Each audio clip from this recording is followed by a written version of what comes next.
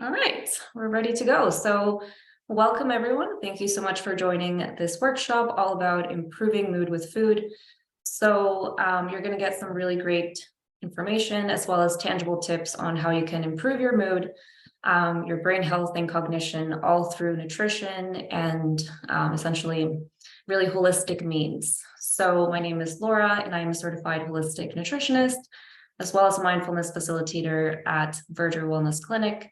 So I'll talk a little bit more about myself as well as the clinic and the services offered in a little bit and towards the end of the session. But first, we're just going to go over the agenda for today. So as I mentioned, I'm going to briefly introduce myself to you. Then we'll delve into the topics. So I'll give you a little bit of context about why food is so important to our mood, how much of an impact it has on our physical and mental well-being. And then we'll delve into 4 pillars that we can address in order to reduce stress and anxiety and improve our mood. And then we'll also talk about some specific foods that you can focus on and implement into your diet in order to boost your mood, as well as some foods to be mindful of and potentially reduce. And lastly, we'll go over some supplements and herbs to calm your anxiety, to feel a little bit more grounded. And then we'll also have some time for Q&A, so hopefully 10 minutes or so. So feel free to type in the chat if you have questions at any point, and then I'll get to them at the very end. Or, if anything comes up and you want to have a discussion, we can definitely do that towards the end of the session. All right, so a little bit about me. My name is Laura, as I mentioned, and I am a certified holistic nutritionist. I went to the Institute of Holistic Nutrition, and that is a school that has many different campuses in Canada, and I went to the one in Toronto. I graduated in 2017. And prior to studying holistic nutrition, I went to the University of Toronto, graduated with a BA in English Literature and Anthropology. Recently, I also got certified as a mindfulness facilitator. So by no means does that mean I'm an expert at mindfulness, but it has given me a lot of insight and information about mindfulness meditation, which is something I'm really interested in as a tool to help reduce anxiety and stress, which brings me on to some of my areas of expertise, which include anxiety and stress management. So this is something I'm super passionate about and really work with clients because I think it's very prevalent today, but also it applies to so many different areas. So if someone is very stressed out and anxious, their digestion, hormones, blood sugar balance, all of those things will be affected. So it's really important to address the nervous system, try to regulate it and relax it in order for kind of everything else to improve. So other things I also work with clients in terms of health include digestion, hormone balance, and blood sugar balance. And like I mentioned, it's all very interconnected. And I do work with clients one-on-one at Verger, and I will speak a little bit more about that at the end. And I also facilitate sessions for organizations, so I do some corporate wellness. So that's a little bit about me and my background. So before I get into, the meat of the session, I just wanted to give some context in terms of how food impacts our mood. So the food that we eat really has a very direct impact on how we feel, both physically and also emotionally. I'm sure that you may have noticed this if you have ever had like 4 coffees in one day and then not had much to eat.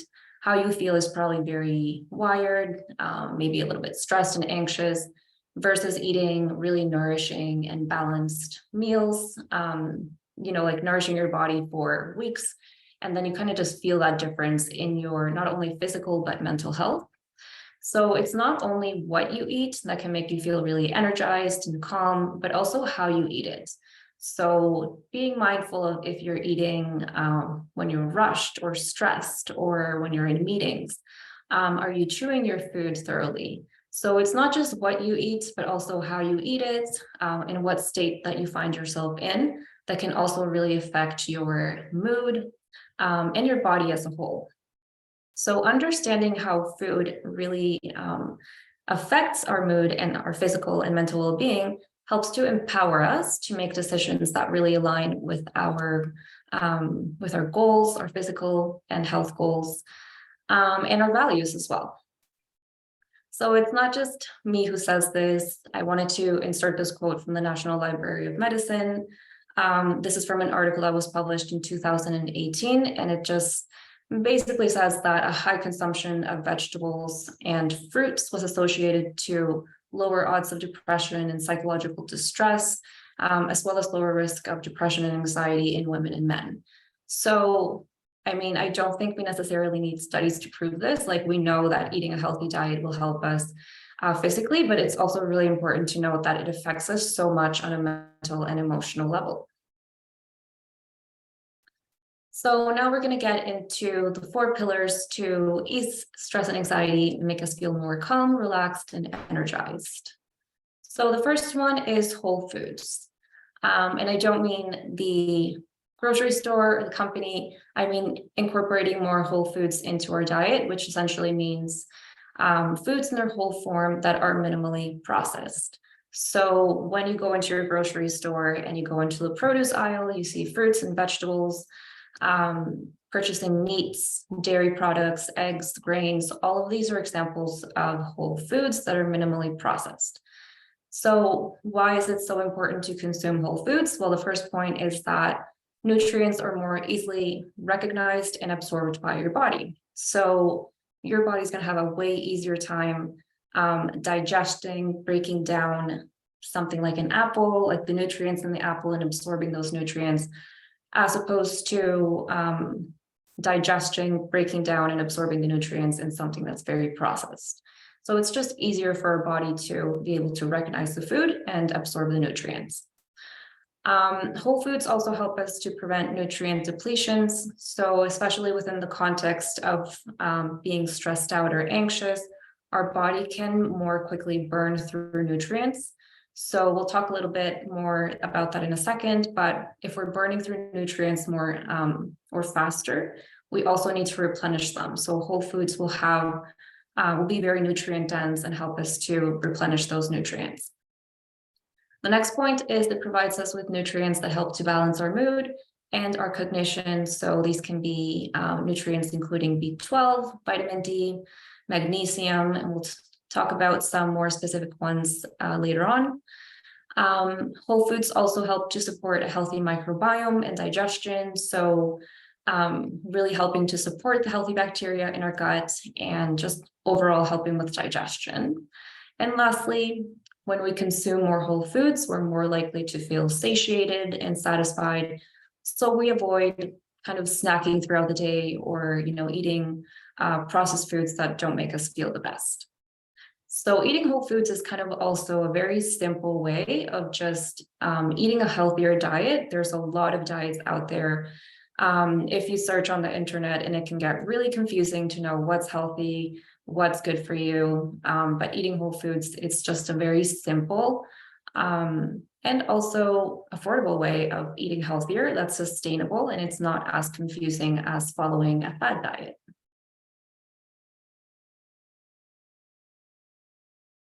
So an action step that you can begin to implement is to try to follow this 80-20 rule.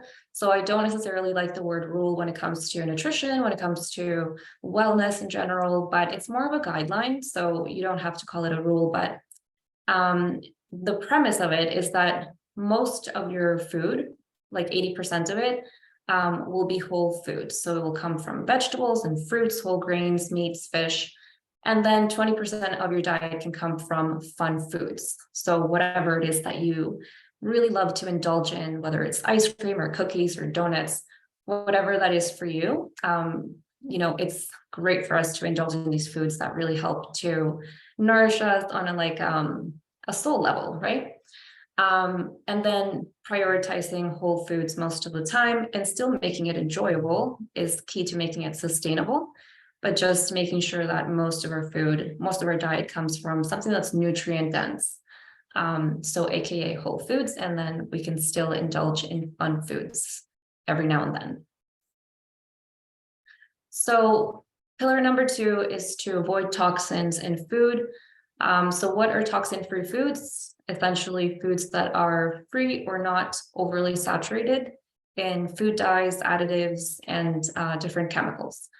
So I know it's very difficult in our modern society to completely avoid, exposure to different toxins in food, just because we are, constantly, eating foods that will contain these type of ingredients. So I wouldn't aim for perfection, as in completely taking all of these things out, because I don't think it's completely possible, but definitely informing yourself about how these different ingredients can affect you is the first step. And then you can decide how often you choose to include them in your diet. So the first one is flavor enhancers. So things like MSG, used to really enhance the flavor of food, and commonly found in things like canned vegetables, soups, processed meats, savory snacks like chips. So MSG has been shown to excite brain cells. And essentially, some people are a little bit more sensitive to MSG and susceptible to some side effects like getting migraines or headaches, heart palpitations, anxiety, mood imbalances. So just being mindful again of if that ingredient is present in something that you're purchasing, and being mindful of how it makes you feel. Processed sugars like high fructose corn syrup. So this is made from corn, which is usually genetically modified and heavily sprayed with pesticides. It's very, very sweet, and food manufacturers love to use it because it's very sweet and also cheap. So you will find it in many food products.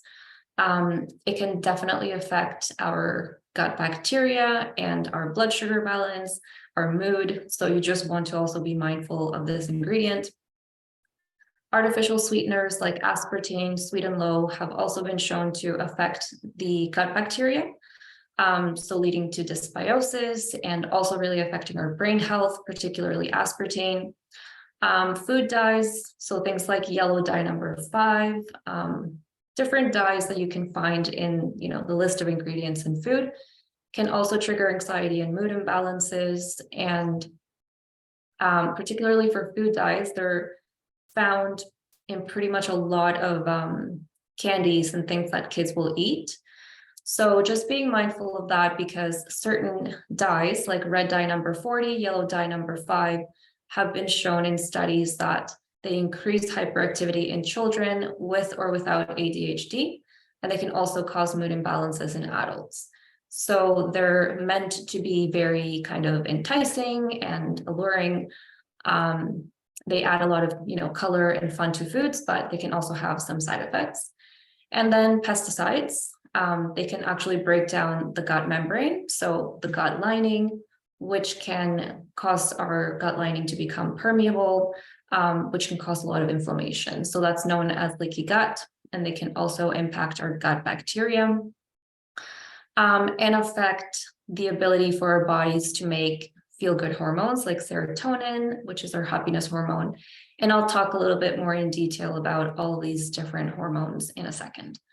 So as best as you can, it's not to scare you or to tell you that if you eat, some of these different ingredients in your food, there's going to be like this terrible thing that happens. It's just becoming a conscious consumer, an informed consumer, making the best decisions for yourself and your family. So that's the actionable step that you can take, is just to become a conscious consumer and look a little bit more carefully at food labels when you are going grocery shopping. Anything that is too complicated and you can't really figure out what that word is, it's probably not the best for you. So you just want simplicity when it comes to purchasing items at the grocery store. And again, if you do purchase anything that does contain the ingredients, nothing wrong with that. You just want to know the type of effects that it's going to have on you, and discern when not to eat it. So pillar number 3 is all about gut health, and gut health has a really significant effect on our mood, our brain health, and our entire body as a whole. So we need our gut to be healthy to do so many different things. Within the context of mood, we do need it to digest and absorb nutrients. So if you're eating a really healthy diet, but your digestive system is not breaking down the food, it's not absorbing the nutrients, then you're really not getting the benefits of eating that really healthy diet, right? So we need to have our digestive system working optimally. Our gut is also responsible for producing vitamins, including B12, vitamin K, that we need for, again, our brain health, for having a balanced mood. The bacteria in the gut are also responsible for producing neurotransmitters. So these are chemical messengers. They help our cells to communicate, and they're also known as like feel-good hormones. So specifically serotonin is associated to feeling happy, associated to feelings of well-being, safety. And up to 95% of this feel-good hormone is actually made in the gut, not in the brain. And also up to 50% of dopamine, another neurotransmitter that is associated to feeling motivated, accomplished, associated to feelings of pleasure, is also made in the gut. So really important that we are nourishing the bacteria in the gut so that it's able to do its job of making these hormones. Our gut is also able to regulate the amygdala, or is able to. So the amygdala is a part of the brain that becomes activated during times of stress. Anytime that you're stressed out and you go into a fight or flight state, your amygdala is responsible for that type of response. So we need to have the amygdala do this.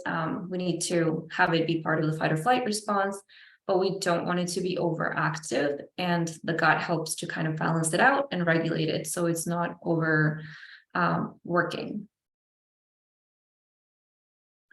So I'm going to chat a little bit about the gut as the second brain. So the gut-brain connection, which is really cool. So the brain is constantly communicating to the gut, and the gut is constantly also talking to the brain. So the two of them are always in constant communication, and what affects our brain will affect our gut and vice versa. So we have a central nervous system, which most of us are aware of. It's our brain, our spinal cord. And then we also have this other second nervous system that is called the intestinal or enteric nervous system, and it's located in the GI tract. So the two systems were actually made of the same tissue when we were in utero. So they're very similar, and they're still connected via the vagus nerve. So the vagus nerve is the longest of the 12 cranial nerves in our body. It goes from our brainstem all the way to our colon. And it goes through our different organs. So this nerve is really important when it comes to reducing stress and anxiety, because when we activate the vagus nerve, we actually reduce our stress and anxiety quite a bit. We get out of the fight or flight state and into a parasympathetic mode. So not only is it really important for making us feel more calm and relaxed and safe, but it's also the highway of communication between the gut and the brain. So through the vagus nerve, the brain and the gut communicate all of their messages.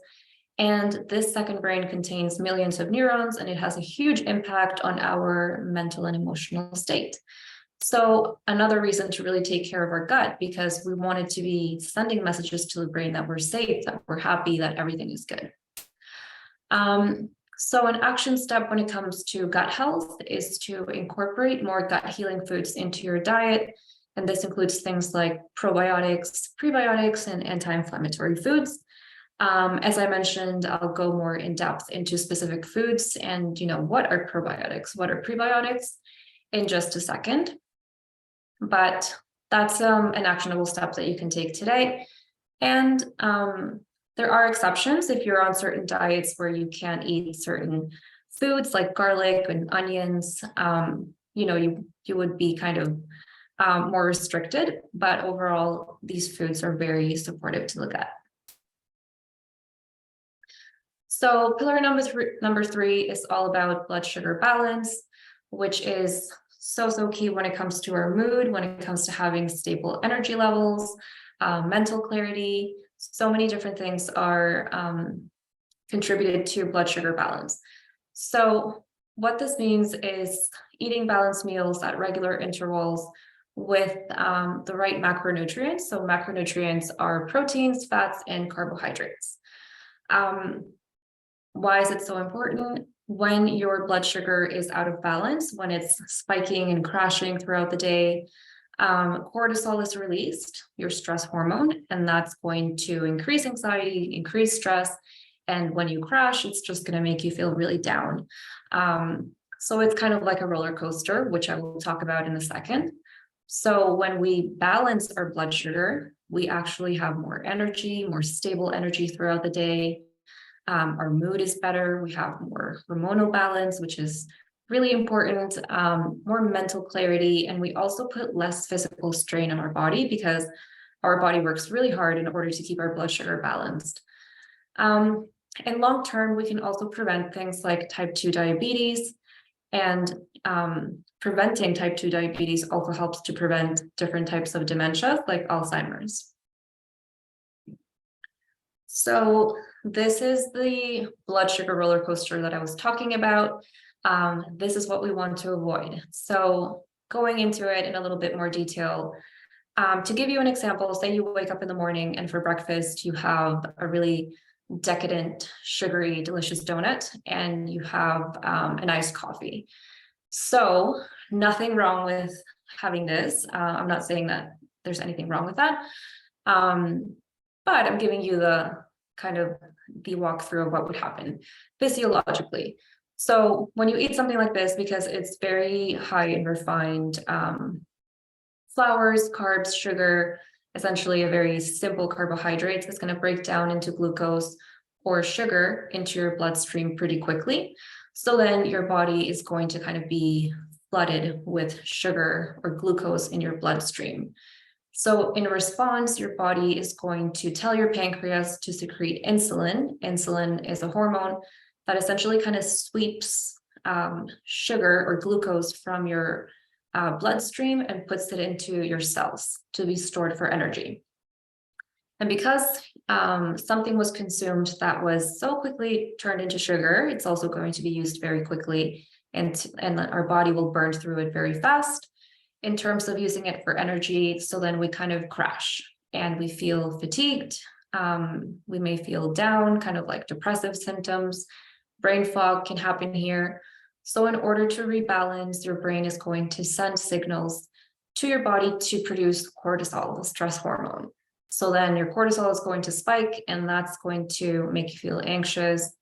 That's when you can feel jittery, dizzy, hangry, all of those symptoms that are, you don't want. And in order to rebalance your body kind of sends symptoms, or not symptoms, but signals that you want some quick carbs or sugar fix. So this is when you get cravings. And then when you have something that's also refined, then you just go into this roller coaster again. So this is what we want to avoid.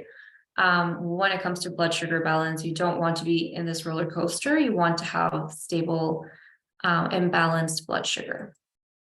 So in order to get you there, there's many different steps that you can take, and these are just a few that I wanted to share. So the first one, as I mentioned, is to include all of the macronutrients. So include proteins, healthy fats, and complex carbs into every meal. So for example, say you're making dinner, you can include plant-based or animal source proteins, so something like chicken or tempeh. Healthy fats, you can include some avocado, olive oil. Complex carbs, so that can be anything like quinoa or a sweet potato. So whatever it is that you want to do, I said complex carbs because they break down into glucose at a slower pace than simple carbs. But there's nothing wrong with eating simple carbs like rice, or anything else that's a simple carb. You just do want to pair it with a protein and a fat if you can. Another tip is eating ideally 3 meals a day at regular intervals. So every 3 to 5 hours, having a balanced meal or a snack.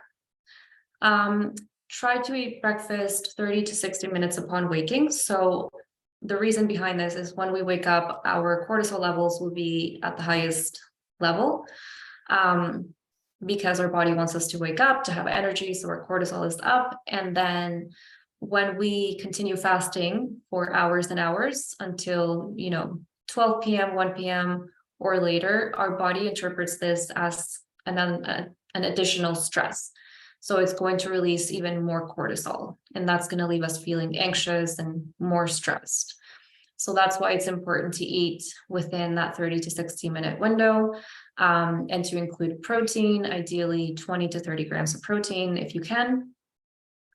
And if you also, for example, wake up in the morning, don't eat anything until 1 p.m., let's say you have a cup of coffee, again, that's just going to give you more cortisol. So you just want to be mindful that, coffee is not necessarily, it's not breakfast. You do want to eat something.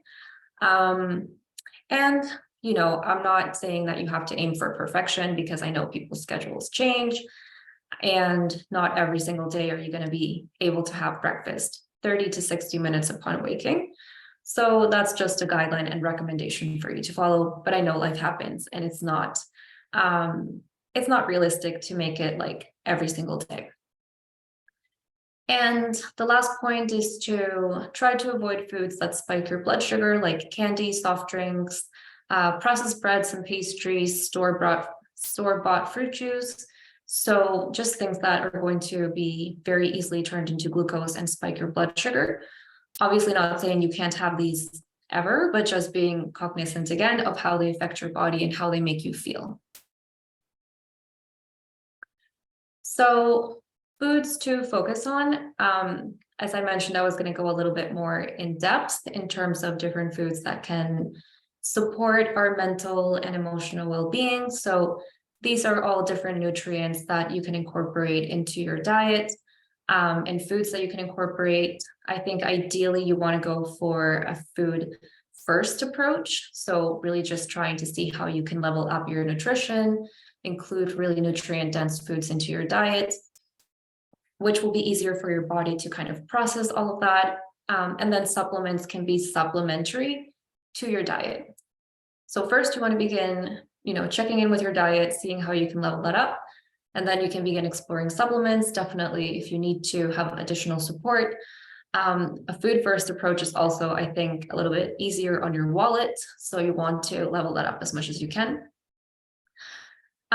So things like vitamin D, which includes fatty fish. So that includes things like salmon, herring, sardines, mackerel. So things like that are going to be really great sources for fatty fish. And generally speaking, when it comes to fatty fish, going and purchasing smaller fish and eating smaller fish will be better because it has less mercury than the larger fish like tuna. Red meats are also really beneficial, as well as liver and eggs.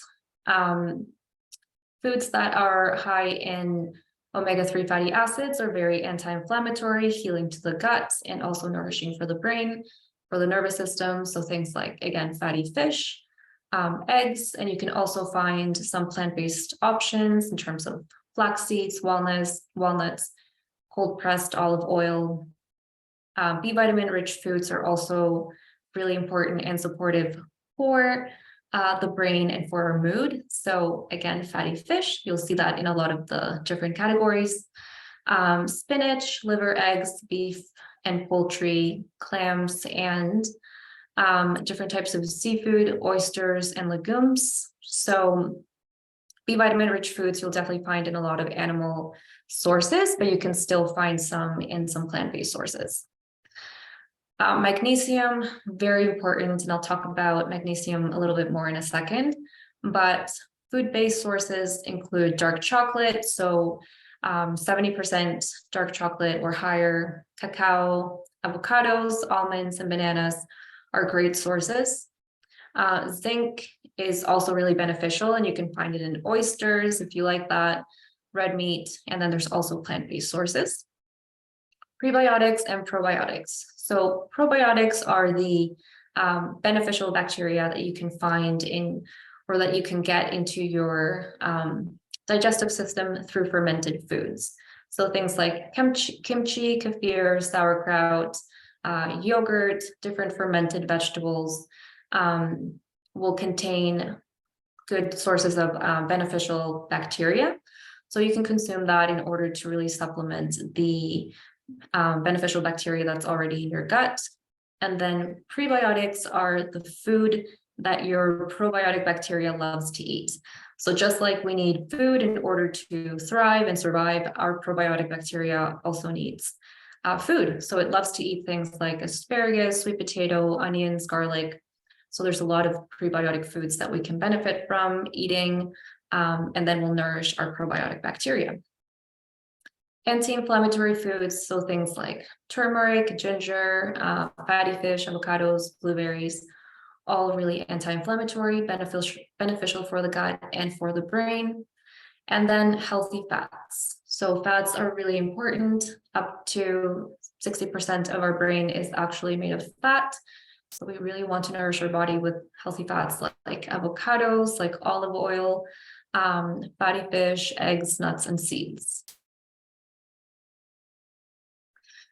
So these are foods that you want to be mindful of and reduce if you find that they're affecting you, if they're not agreeing with you. So the first one is caffeine, and caffeine is a stimulant. You can definitely find it in coffee, but it's also in dark chocolate, black and green tea, energy drinks. So you also want to be mindful of where you can find caffeine. If you're going through a very stressful time, it can be a good idea to just reduce the amount of caffeine that you're drinking, or stop consuming caffeine past 12 o'clock, just so your body has enough time to really get rid of it. Caffeine has a half-life of 3 to 5 hours. So that means that your body will get rid of the caffeine, like the first half of the caffeine in 3 to 5 hours, but then the remainder will stay in your body for more hours to come. So you want to be mindful of when you stop consuming caffeine, so your body's able to get it out of your system. The second one is alcohol. So alcohol is a stimulant as well as a depressant. It crosses the blood-brain barrier. It definitely has an effect on our mood, on our brain health and cognition. So again, just being mindful of how much you're consuming and how frequently. Refined sugars. So I talked about this a little bit before as well. High fructose corn syrup is, found in so many different processed foods, not the best for blood sugar or for our gut health. And white and brown sugars can also be a bit more processed. So you can always try to incorporate more of natural sweeteners like maple syrup, unpasteurized honey, dates, things like that instead. Food dyes, food additives, and artificial sweeteners I also mentioned before in the toxin section. So essentially just being mindful of how these different ingredients are making you feel. So things like MSG, artificial sweeteners, sweet and low aspartame, and all those food dyes that can very commonly be found in processed foods. And then industrial and conventionally farmed meat. So if you do consume meat, you just want to ideally consume it from a source that is grass-fed, pasture-raised, because it will actually be anti-inflammatory. Instead, conventionally farmed meat can sometimes be inflammatory if the animals were not treated the best, if they were given hormones, antibiotics, fed with grains that are genetically modified or heavily sprayed with pesticides like glyphosate, then that's not going to be the same quality meat as pasture-raised organic meat, which can be anti-inflammatory. So in an ideal world, obviously, we would be consuming organic grass-fed meat all the time, but I know that's not possible all the time. And definitely just having this information can help you make a decision on what's best for you. Gluten and dairy can be another one that folks are sensitive to. So gluten is a protein that is found in wheat that can make a lot of people feel a variety of symptoms, some digestive symptoms like bloating and digestion, but also cognitive symptoms like brain fog, difficulty concentrating, anxiety. So you just want to be mindful again of how it makes you feel. If you want to work with a practitioner to just get a little bit more guidance and support, you can also eliminate gluten and see how you feel. When it comes to gluten, there's also the research that has shown that wheat is one of the most heavily sprayed crops with pesticides like glyphosate. And glyphosate has been shown when you consume it quite often, that it has adverse effects on your brain health, cognition. It does make you more anxious. So because this crop is so heavily sprayed with glyphosate, those are some of the symptoms that people get as well, or it contributes to those symptoms. So dairy can also be something that people are sensitive to. As we get older, adults lose an enzyme that is needed to break down lactose. So it can be a little bit more difficult to consume dairy and, not feel any side effects from it. So just be conscious of how it's making you feel as an individual. Be mindful of, if there's any type of sensitivities, any type of anxiety or additional stress that your body goes through when you consume dairy. And if you want to still consume it, then just try to get a better quality products. So things that are organic, come from grass-fed cows, is kind of the best option. And then pesticides and herbicides I also spoke about before, so just how that can affect your gut health. But of course, knowing that we can't really avoid them completely. I mean, we can definitely try our best, but not to make it like it's a goal that we need to achieve to completely avoid all of these different foods. So again, just giving you information, and I would just really encourage you to be more mindful of your body and how it feels after you have consumed different ingredients, so that you can kind of like tweak your own diet according to what feels best for you. Okay, so now on to supplements, which, as I mentioned before, are supplementary. So you ideally really want to work with your diet and, include as many nourishing, nutrient-dense foods. And then if you need to, for sure, include supplements, because they can be so beneficial. So these are just a list of some supplements that can be supportive when it comes to your mood, when it comes to brain health, cognition, but so many other things as well. So magnesium, we actually don't get enough of this mineral because our soil tends to be deficient in magnesium. So then any food that is grown in soil that is deficient in the mineral will have less of it. So if we're not consuming as much magnesium from our food, a lot of people tend to have a deficiency. So this mineral is very calming. It has a very relaxing effect. So it's a really great supplement to take for so many different reasons. It's responsible for like 600 different chemical reactions in your body, and it's a really important mineral. So when it comes to feeling stressed and anxious, magnesium biglycinate is a really great one to take. So there's different types of magnesium. Biglycinate or glycinate are really great ones. Vitamin B6 is a really great one as well, because it's a precursor to making neurotransmitters. So like I mentioned before, those really feel-good hormones like serotonin, which is made in the gut, dopamine, and GABA. So GABA is associated to feeling calm and relaxed. So we need B6 in order to make those feel-good hormones. It's a precursor. So we can take it in isolation, or you can also take a B complex. So a B complex is when you include things like B12, but also, B6, B12, and other B vitamins like folate, and they all work synergistically in order to give you more energy. They're really great for energizing you and giving you a balanced mood.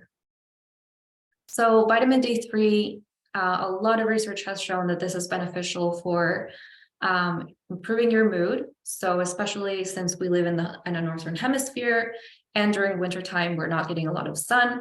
So a lot of us tend to be deficient in vitamin D, and low vitamin D levels have been correlated with higher anxiety and depression. So you definitely want to be mindful of your vitamin D levels. You can get them tested. And then once you're tested, you can definitely supplement accordingly. Omega-3s are very anti-inflammatory. So if you look for something that contains DHA and EPA, which are two fatty acids that are, again, very anti-inflammatory and beneficial for your brain health, that can be a really great supplement. So you can take a fish capsule, fish oil, or cod liver oil in order to supplement. Zinc is also a great one to take. Low levels are correlated with anxiety and stress, so you can definitely take a supplement in order to support you. With any supplements, I would just really recommend that you get tested for levels. Just make sure that you're not taking any vitamins or any medications that could be a contraindication to any supplements, making sure that you know of the health conditions that you have and that nothing's going to kind of worsen anything. So you want to do research or work with a practitioner before starting any supplements ideally. Okay, so now on to herbs for stress and anxiety. So there's many different herbs that you can take, and the world of herbs is really fascinating. There's one category that's called nervine relaxants, and like the name would indicate, these are really great for relaxing your nervous system, helping you feel more calm or grounded. They kind of act like a mild sedative or tranquilizer. So these type of herbs include chamomile, lavender, lemon balm, skullcap valerian, also passion flower. Some of these herbs can be stronger than others and have more of that sedative, tranquilizing effect. For example, valerian can be much stronger. Chamomile is a little bit more of a gentle herb. So you also want to do your research when it comes to herbs. For example, I know St. John's wort is beneficial for, lifting your mood, boosting your mood, but it can also have a lot of contraindications. So you want to just make sure you do your research, but chamomile, lavender, passion flower are pretty safe, and you can find them in grocery stores. You can find like tea formulations that contain different mixes of them, or at health food stores. So definitely herbs are another option, a great option to really support your nervous system, to help you feel more relaxed and calm, and in a totally natural way.